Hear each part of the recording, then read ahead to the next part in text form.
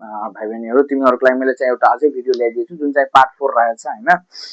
Part part first, part second र part 3 मैले चाहिँ अपलोड गरिसकेको छु। तिमीहरु गएर राम्रोसँग हेर्नु। हेरिसकेछौ भने यहाँ भनेको पार्ट 4 हो जुन चाहिँ पार्ट 4 भन्यो भने उत्तिकै इम्पोर्टेन्ट रहेछ। पार्ट 4 मा जुन चाहिँ मैले चाहिँ आज भनेको यसको डिल गर्ने method of finding method of finding a limits कुन तरिकाले हैन हामी लिमिटको भ्यालु पत्ता लगाउन सक्छौ हैन। त्यो तीन चारवटा छ जुन चारवटा मैले चाहिँ यता डिल गर्दिने हो कि बुझाइदिने हो हैन। त्यसपछि तिमीहरुलाई एक्सरसाइज गर्न इजी हुन्छ, सहज हुन्छ हैन। तर सबभन्दा पहिले के छ भने यदि युट्युब च्यानललाई सब्स्क्राइब गरेको छैन भने गर्नु। सबभन्दा पहिलो प्रथम भनेको त्यो गर्नु हैन। अनि त्यसपछि भनेको हामी त्यसपछि सिलेबसतिर आऊ हैन। किनभने टाइम वेस्ट गर्नु पर्दैन, हामी कहाँ थोरै समय रहन्छ हैन। एक्जामको लागि तिमीहरु सायद सबै आफ्नो इन्ट्रान्सको लागि सबै तिमीहरु गर्न सक्छौ हैन। 10 क्लासको जति पनि छ तिमीहरु सिलेबस हेरिसकेछौ। यहाँ के 11 क्लासको केही क्याल्कुलसबाट सोधिदिन्छ त्यो मात्र मैले चाहिँ गराइदिने हो। राम्रोसँग गर्नुपर्ने सबभन्दा पहिले, ठीक छ। ल पार्ट 4 मा भने के रहेछ भने मेथड अफ फाइन्डिङ लिमिट। एक फर्स्ट एउटा तरिका छ जुन चाहिँ एउटा हुन्छ बाइ सब्स्टिट्युसन मेथड।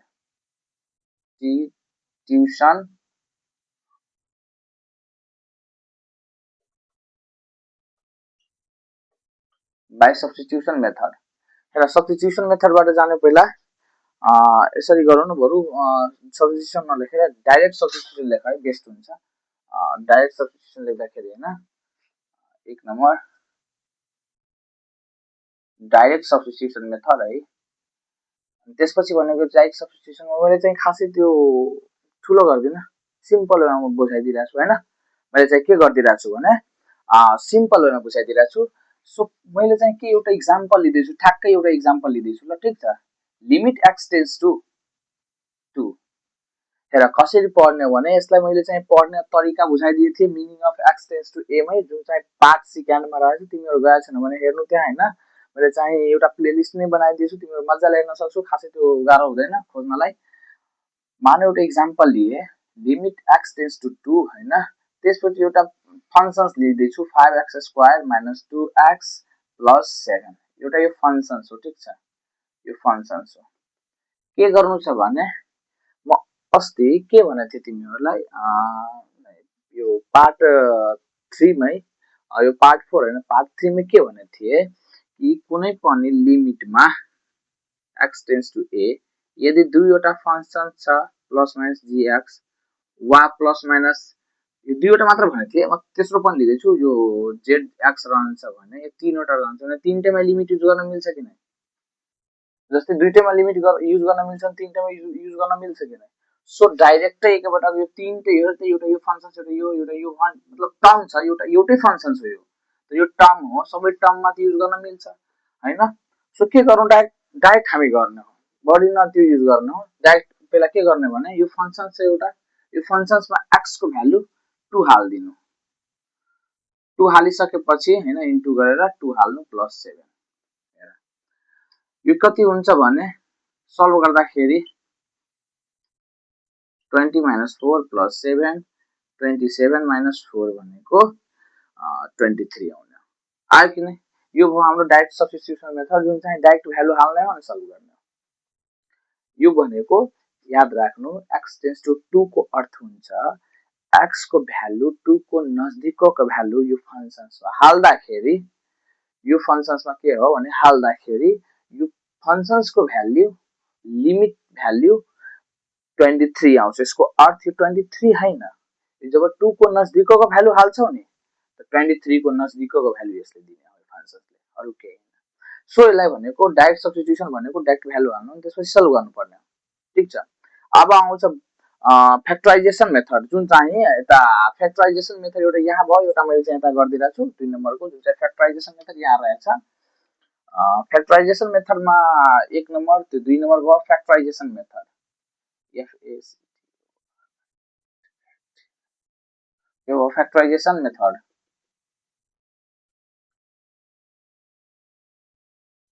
ल यो फ्याक्टराइजेसन मेथडमा के गर्नुपर्छ भने फ्याक्टराइज गरेर, नामै हेर न फ्याक्टराइजेसन मेथड, जुनसुकै फंक्शन्सलाई के छ भने फ्याक्टराइज गरेर गर्यो भने त्यो फ्याक्टराइजेसन मेथडमा गइहाल्छ।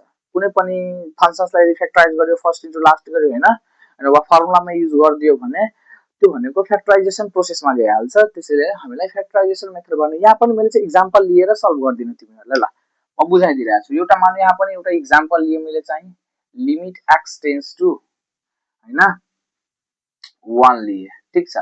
X square minus 1 by x plus 1 लिदियो, ठिक छ। यो एउटा फङ्सन्स लिए। हेर यो फङ्सन्स हो। यो फङ्सन्स लिँदाखेरि होइन, यो फङ्सन्स यदि लियो नि भने के गर्नु हो, एकपटक यो 1 को भ्यालु यहाँ रफ, यता रफ लेख्दैछु होइन। यता पहिला के गर्दैछु भने यो फङ्सन्सको यहाँ मैले चाहिँ डाइरेक्ट हालिदिएँ, ठिक छ। डाइरेक्ट हालेर सल्भ गरिदिएँ, तर यहाँ नहाल्नु, किनभने तलमाथि यदि यस्तो छ नि, यसको अर्थ भनेको यदि यस्तो आयो, एकछिन मिस्टेक भयो सायद, यता माइनस बुझौँ, ठिक छ। यता माइनस बुझौँ। मानु यो फङ्सन्समा नि एकैपटक भ्यालु नहाल्नु, यो डाइरेक्टमा डाइरेक्टै गरिदियो। हेर डाइरेक्ट नामै छ त डाइरेक्टै गरिदियो। योमा फ्याक्टराइजेसन छ त पहिला नगर्नु, पहिला त्यस्तो नगर्नु। पहिला के छ भने यस्तो बाइ फर्म, हेर न्युमिनेटर फ्र्याक्सन भनेको कुनै पनि फ्र्याक्सन न्युमिनेटर र डिनोमिनेटर जस्तो दिएको रहन्छ नि तल र माथि, त्यतिखेर डाइरेक्ट नगर्नु। डाइरेक्ट भ्यालु यहाँ रफमा हाल्नु। मानु यसको भ्यालु यहाँ 1 हाल्दाखेरि 1 स्क्वायर माइनस 1 बाई 1 माइनस 1 गर्दाखेरि 1 माइनस 1 भयो। यो 1 माइनस 1 है, 1 को स्क्वायर भनेको 1 है, बाँकी टर्म जस्ताको त्यस्तै हो भनेको यो 0 बाई 0 भयो। यो भनेको म के भनेको थिएँ, यदि 0 बाई 0 फर्म आउँछ भने इन्डिटर्मिनेन्ट फर्म हुन्छ। जहिले पनि लिमिटमा यदि इन्डिटर्मिनेन्ट फर्म आउँछ भने डाइरेक्ट भ्यालु नराख्नु, डाइरेक्ट भ्यालु नराख्नु, ठिक छ। अब एकछिनको लागि मानौ एकछिनको लागि 0 बाई 0 फर्म आयो भने यता डाइरेक्ट भ्यालु हाल्दिने हो। हेर यहाँ मैले चाहिँ हाल्दिएँ, यहाँ 0 बाई 0 फर्म आएन, त्यसैले मैले चाहिँ त हाल्दिएँ, तर यहाँ त आउँदैछ 0 बाई 0 फर्म। सो के गर्नु भने 0 बाई 0 फर्म आउँदैछ भने यसलाई फ्याक्टराइज गर्नु। फ्याक्टराइज गर्नुभन्दा अगाडि यहाँ लेख्नु पर्छ यो फङ्सन्सले के दिँदैछ, द गिभन फङ्सन्स, यो एकछिन है अलि ठुलो गरेर लेखिदिइरहेको छु, the given function takes 0 by 0 वा टेक्स इन्डिटर्मिनेन्ट फर्म, लेख न टेक्स इन्डिटरमिनेट फर्म 0 बाई 0 हैन। 0 बाई 0 आयो, त्यहाँ लेखिदिए। हेर सल्भ गरेर 0 बाई 0 आयो त त्यहाँ लेख्नु पर्ने हो, the given functions takes indeterminate form 0 by 0 आयो, इन्डिटर्मिनेट फर्ममा 0 बाई 0 आयो हैन। त्यसपछि यदि यस्तो आउँछ भने 0 बाई 0, त्यसपछि हामीलाई हेराइ त दिए नि कि 0 बाई 0 आउँदैछ, यहाँ रफ त म गरेछु, हेराइ दिए। यसरी आउँछ भने अब फ्याक्टराइज गर्नु। अब लास्ट उपाय के छ भने फ्याक्टराइज गर्नुपर्छ। र फ्याक्टराइज गर्नलाई के गर्नुपर्छ, पहिला क्वेसन जस्ताको त्यस्तै सार्दिनु। X square minus 1 by x minus 1। ल यता हेर्दै ध्यानले हेर्दै जाऊ, एक्स टेन्स टु 1। हेर्नु त ए स्क्वायर, यसलाई पनि त ए स्क्वायर गर्न मिल्छ हैन, 1 लाई पनि त स्क्वायर गर्न मिल्छ। A square minus b square formula के छ, a minus b a plus b, a minus b भयो। यसलाई काट्दिने हो, limit x tends to 1 x plus 1, अनि त्यसपछि अब भ्यालु हाल। यो एक्स को ठाउँमा हेर भ्यालु हाल्ने बित्तिकै नि एक्स को भ्यालु यहाँ हाल्ने बित्तिकै यो टर्मै हटिहाल्छ। यहाँ पनि मैले चाहिँ भ्यालु हाल्ने बित्तिकै यो टोटल टर्मलाई हटाइदिए किन, यो साइड है यो टोटल टर्मलाई हटाइदिए किन, लिमिटको यो पुरै टर्मलाई हटाइदिए। सेम त्यस्तै एक्ज्याक्टली सेम त्यस्तै के गर्नु छ भने एक्स को भ्यालु यो टर्म यो फङ्सन्समा हाल्छौ नि, यो फङ्सन्समा यदि हाल्यो भने के गर्नु, यो पुरै term limit x tends to 1 यो हटाइदिनु, ठिक छ। यो भनेको हटाइदिनु, 1 प्लस 1 गरिदिए, एक्स को ठाउँमा 1 लेखिदिए हैन। त्यसपछि भनेको कति आयो, 2 आयो। ल यति आन्सर भयो, यसरी गर्नुपर्ने हो, ठिक छ। यो भयो हाम्रो फ्याक्टराइजेसन मेथडबाट। दुईवटा खतम भयो, हामीले जम्मा 4 वटा पढ्नु पर्ने हो, जसमध्ये दुईवटा खतम भइसक्यो, ठिक छ। अब भनेको दुईवटा अझै बाँकी रहेछ, जुन चाहिँ फ्याक्टराइजेसन मेथड पछि एउटा अझै एकैपटक स्ट्यान्डर्ड फर्म छ एउटा, बाइ युजिङ स्ट्यान्डर्ड रिजल्ट हैन, युजिङ स्ट्यान्डर्ड रिजल्ट हो। यो स्ट्यान्डर्ड रिजल्टमा एउटा फर्मुला आउँछ, त्यो फर्मुला रट्दियो भने भइहाल्छ। मैले चाहिँ के गरिदिइरहेको छु, एउटा यता मैले चाहिँ अलिक तल एउटा गरिदिइरहेको छु हैन, नत्र के छ भने अब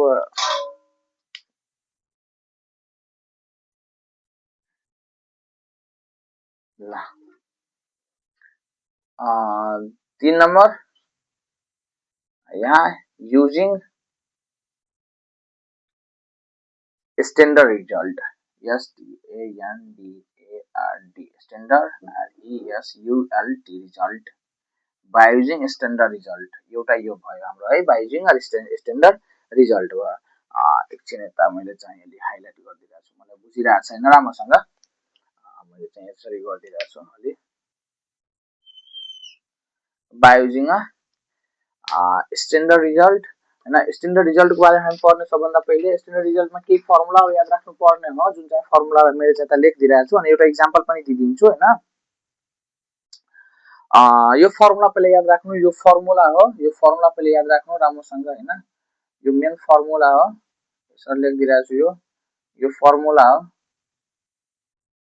स्ट्यान्डर्ड रिजल्ट भनेको एउटा फर्मुला रहेछ limit x tends to a x को पावर n माइनस a को power n by x minus a हेर limit x tends to a ठीक छ a भनेको कन्स्ट्यान्टम हुन्छ मतलब कुनै कन्स्ट्यान्टम 2 3 4 5 6 7 कुनै कन्स्ट्यान्टम नै हुने हो so x tends to a x को पावर n त्यही माइनस a को पावर त्यही n हुनुपर्ने सेम पावर हुनुपर्ने माथि त्यसपछि यो x माइनस a छ नि त्यही तल हुनुपर्ने हो त्यो दुईटैको पावर तल 1 हुनुपर्ने हो तर माथि पनि सेम हुनुपर्ने हो यहाँ त 1 मा केही छैन भने तल हेर x को पावर 1 a को पावर 1 तर यो माथि भनेको सेम हुनुपर्ने हो सो यसको भ्यालु यसरी यसको फर्मुला के हुन्छ भने यदि दुईटैको पावर n सेम छ भने त्यही n तल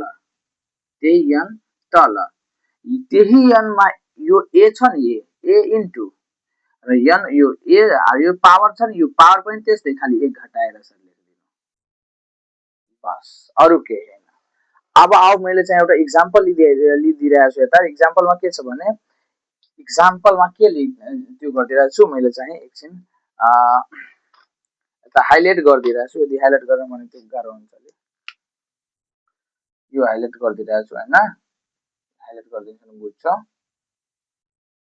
ल यो फर्मुला चाहिँ हेर्नु अनि त्यसपछि भने मैले चाहिँ के भन्न खोजिरहेको छु हैन यो एउटा एक्जाम्पल लिदै छु मैले चाहिँ ल लिमिट x टेन्ड्स टु 2 हैन x को पावर 5 माइनस 2 को पावर 5 बाई x माइनस 2 ल यस्तो छ ध्यानले सुन्नु सेम फर्मुला जस्तो छ लिमिट x टेन्ड्स टु यता a थियो a को टर्ममा के भने थियो कन्स्ट्यान्टम हुन्छ हेर x को पावर पनि 5 छ त भने a को पावर पनि 5 छ मतलब a हैन यहाँ 2 को पावर सेम छ जसको पावर दुईटैको सेम छ माथिको यो x 2 को दुईटैको पावर सेम छ यही x 2 तल छ किन छ दुईटैको पावर 1 1 छ त्यतिखेर के छ भने त्यो पावर तल यो पावर माथिको पावर के हुन्छ पावर तल र a सँग मल्टिप्लाई a भनेको यो साइडको टर्म छ a सँग मल्टिप्लाई यसको माथिको जुन पावर छ पावरमा 1 घटाइदिनु सो यसलाई सल्भ गर्दाखेरि कति आउने हो 5 into 2 का पावर 4 हैन सो 5 into 16 2 को पावर 5 भनेको 16 हैन 16 पछि के गर्दिनु भने एकै पटक यता एकै पटक म लेखिदिरहेको छु हैन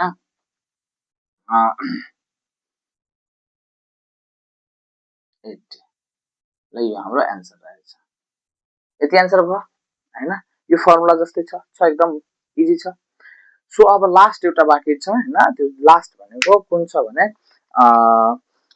एउटा छ रेसनलाइजिङ मेथड जुन रेसनलाइजिङ मेथडमा अलि के हुन्छ भने त्यो त युनिक छ अलि मैले चाहिँ के गरिदिरहेको छु एउटा मेट दिइरहेको छु यो साइड पनि फ्याक्टराइजेसन मेथड मेट दिइरहेको छु किनभने अलि ठुलो छ यही साइड नै जाने हो यो साइड कोराउन दिइरहेको छु त्यो साइडमा सल्भ गरिदिन्छु यदि स्क्रिनशट तान्नु छ भने तानिहाल हैन अनि त्यसपछि मैले चाहिँ अब स्टार्ट गरिदिइरहेको छु ल अब एउटा क्वेशन नम्बर जुन चाहिँ 4 रहेछ रेसनलाइजिङ मेथड रहेछ यो 2 नम्बरको मेटेर यता रेसनलाइजिङ मेथड गरिदिइरहेको छु एउटा लास्टै हो जुन चाहिँ यो चारवटा बुझ्न अत्यन्तै जरुरी रहेछ यो चारवटा बुझिसकेपछि हैन एक्सरसाइज गर्न गाह्रो हुँदैन अब भने क्वेशन नम्बर 4 रहेछ जुन चाहिँ रेसनलाइजिङ factor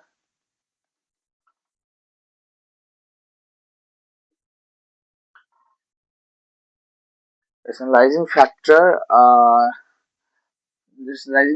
rationalizing method sorry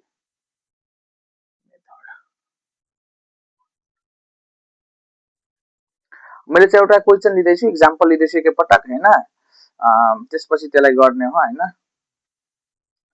example लिए limit x tends to limit x tends to 0 x tends to होइन यो n tends to भन root under x plus n sorry अलि हटाएर n minus x by n ल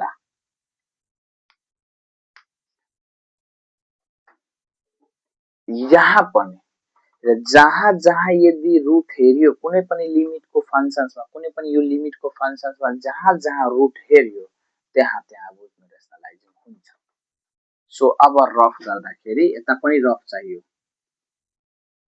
रफ यहाँ पनि चाहियो फ्याक्टराइजेसनमा रेशनलाइजिङमा खास गरेर बढी रफ नै चाहियो ठीक छ सो रफ गर्दाखेरि यहाँ भ्यालु नहाल्नु यो n को ठाउँमा बुझ्नु एकछिनको लागि यता 0 हाल त root x plus 0 minus x हैन यसरी गरेर बुझ्नु छ हामीलाई हैन सो अब के छ भने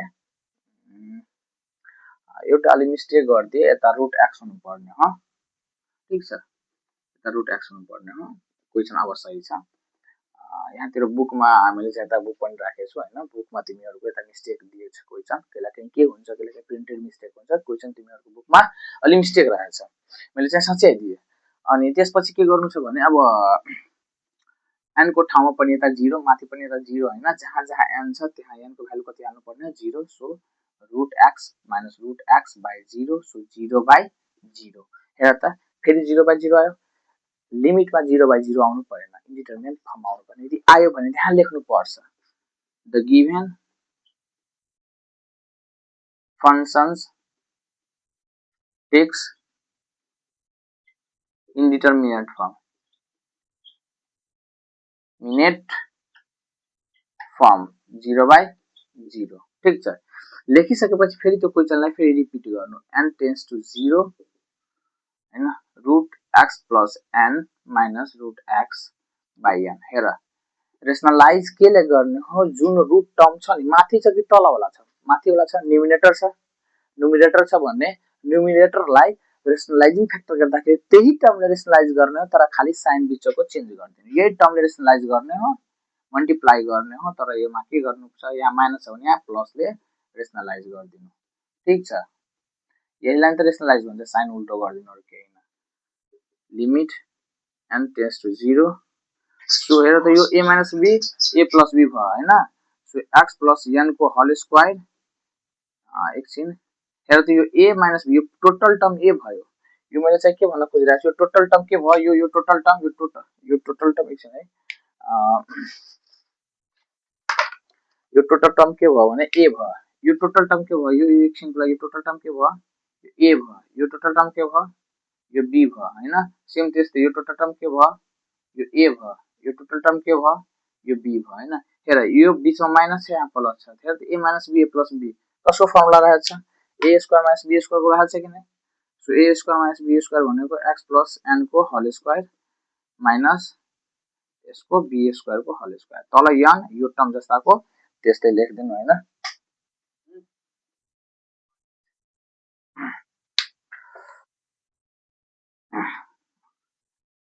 ल त एकछिनको लागि त हेर त राम्रोसँग यो रुट x plus n को whole square minus root x को होल स्क्वायर बाइ यो n root x plus n plus हेर्दै जाऊ रुट x हेर माथिको a minus b a plus b a square minus b square आयो तलको यो दुईटै टर्म यसरी लेख्दिए ठीक छ लिमिट x टेन्ड्स टु सरी x हैन यो n हो सरी n टेन्ड्स टु 0 हेर यो र यो कट्न गयो रुट र यो कट्न गयो square x plus n minus x by n root under x plus n plus root x आयो हेर त यो कट्न गयो फेरि हैन यो कट्न गयो limit n tends to 0 n by n root x plus n minus root x minus हैन त प्लस यो n कट्नको माथि के छ 1 छ हैन सो मैले चाहिँ के गर्दिरहेको छु भने यता लिमिट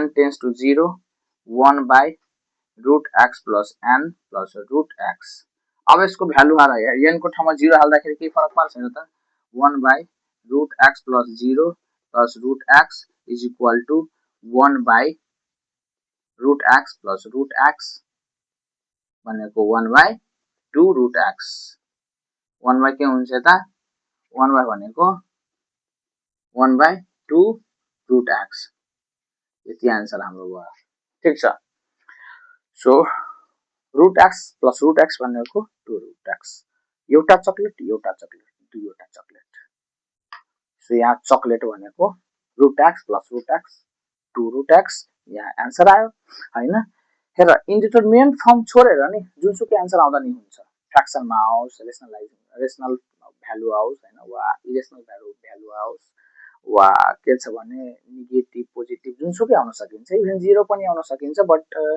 इन्डिटरमिनेन्ट फर्म आउनु पर्दैन यदि आयो भने इन्डिटरमिनेन्ट फर्म आयो भने त्यस्तो गर्नु पर्दैन हामीलाई केही न केही फ्याक्टराइजेसन युज गर्नुपर्छ रेसनलाइजिङ मेथड वा डाइरेक्ट मेथड वा स्ट्यान्डर्ड फर्मुला ठीक छ सो यो हाम्रो भयो पार्ट 4 को लागि अब पार्ट 4 को लागि यति भइसकेपछि हैन पार्ट 5 मा हामी के पढ्ने भने पार्ट 5 मा हामीलाई पढ्नु पर्ने भनेको limits of trigonometric functions in your रहेछ लिमिट अफ ट्रिगोनोमेट्रिक फंक्शन्स पढ्नु पर्ने हो so limit of trigonometric functions मा पढ्नु भन्दा अगाडि मैले चाहिँ के यता लेखिदिरहेको छु जुन चाहिँ हाम्रो पार्ट 5 को लागि पार्ट 5 को लागि यता लिमिट अफ ट्रिगोनोमेट्रिक फंक्शन्स यो पार्ट 5 को लागि हाम्रो भनेको पार्ट 5 को लागि यो लिमिट अफ ट्रिगोनोमेट्रिक फंक्शन हाम्रो अर्को क्लास को लागि हैन यो हाम्रो पार्ट 5 हुने हो यति गरिसकेपछि हाम्रो त्यसपछि एक्सरसाइजमा जाने हो एउटा आजै छ यो 5 वटा लेक्चर बुझिसकेपछि अनि तिमीहरु गर्न सक्छौ सो आजको लागि यति नै हस् नमस्ते